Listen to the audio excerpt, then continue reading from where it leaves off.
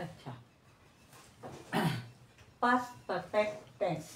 आज हम पढ़ेंगे पास्ट परफेक्ट टेंस।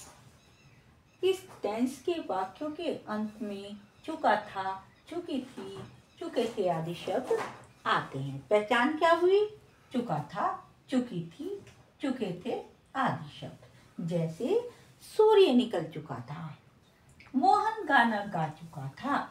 सूर्य निकल चुका था, मोहन गाना गा चुका था। नियम: इस टेंस के वाक्यों को अंग्रेजी में अनुवाद करते समय क्या नियम होते हैं? इस टेंस के वाक्यों में subject plus had plus verb की third form plus object. Perfect tense की यही विशेषता होती है, चाहे अफर्मेटिव हो, चाहे नेगेटिव हो, चाहे डेरिवेटिव हो, हर स्थिति में वर्ब की थर्ड फॉर्म।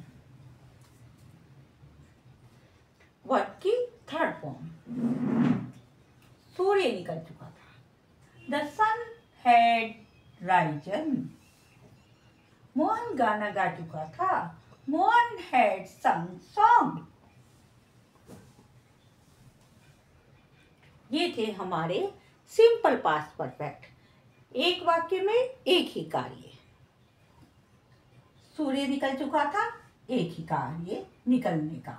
मोहन गाना गा चुका था, एक ही कार्य गाना गाने का।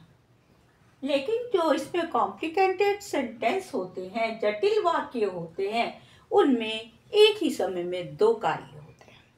एक ही वाक्य में दो कार्य। जैसे मेरे सोने से पहले पिताजी जा चुके थे।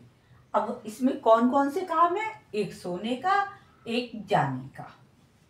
एक ही वाक्य में दो वर्ब। इस वाक्य में दो कार्य हैं, सोने का, पिताजी के जाने का।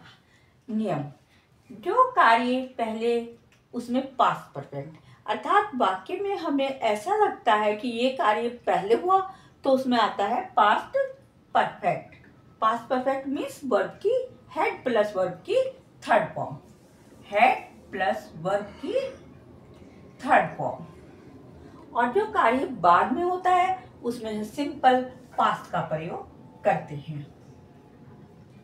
Subject plus had plus third form plus object plus before. अब बिफोर क्यों लगाया हमने? बिफोर लगाया पहले के लिए। पहले कैसे?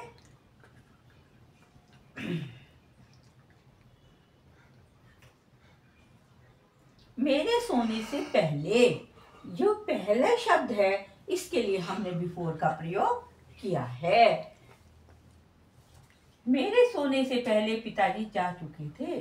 Father had gone before I slept. अब ये क्या है? Past indefinite. पास्ट इंडेफिनिट या सिंपल पास्ट। तो जो कार्य पहले होता है उसमें हेड प्लस वर्ब की थर्ड फॉर्म, जो बाद में होता है उसमें पास्ट इंडेफिनिट का प्रयोग किया जाता है। अब जो पास्ट परफेक्ट टेंस के वाक्य होते हैं उनमें भी दो शब्दों का प्रयोग होता है। कैसे? बिफोर। ओ भाई,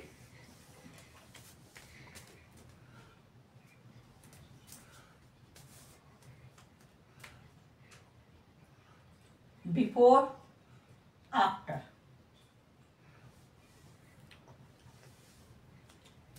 बिफोर मीन्स पहले, आफ्टर मीन्स बाद में।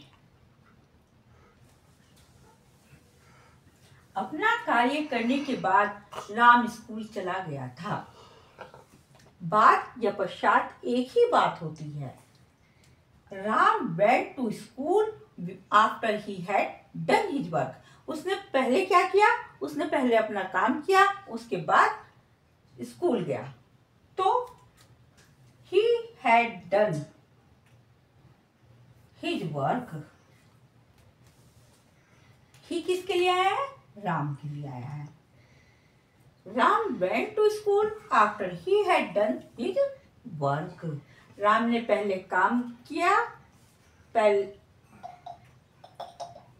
और फिर स्कूल गया।